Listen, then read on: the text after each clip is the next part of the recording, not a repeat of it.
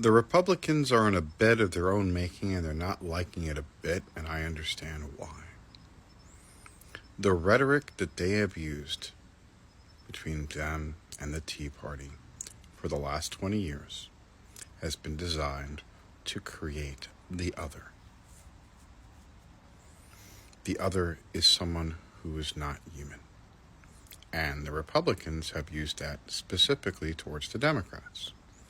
Well, now, when you go far and far and far and far and far and further and further and further right, you get to a point where you can't go any further. And there's your Matt Gaetz and your Jim Jordans.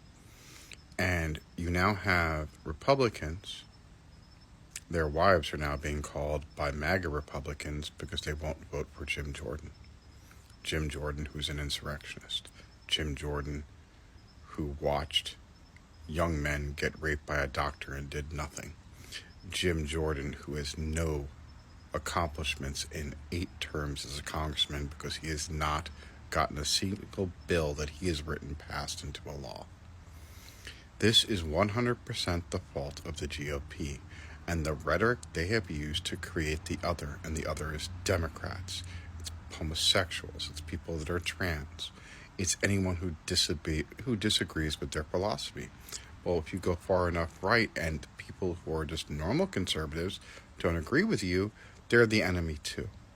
Everyone becomes the enemy, and that's the problem. That's the reason why you can't get 217 Republicans to agree. 20 still said no. What's the GOP going to do? There's no answer. They're going to have to intimidate people into voting for someone they don't want. And the normal rule is 5 to get rid of a speaker. Kevin McCarthy gave in to the 1 to get the job. I don't think Jim Jordan will do that. He's dumb, but I don't think he's that stupid. It's possible.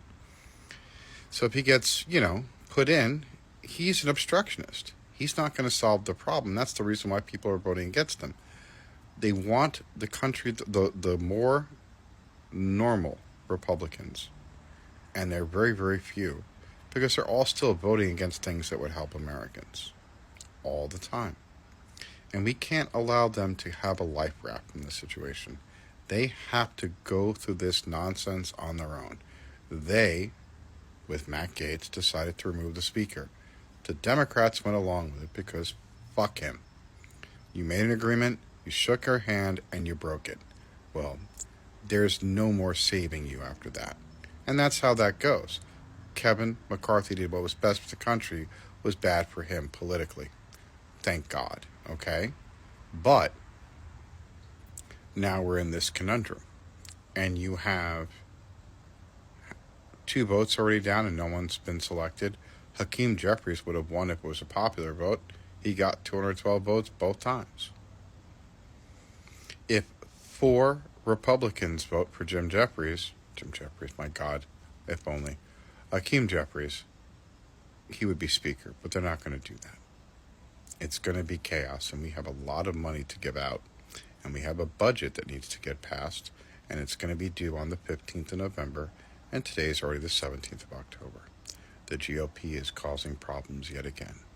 Please remember to get 5 people to vote that haven't voted before, and encourage them to vote blue for obvious reasons. Please remember to vote true and vote blue.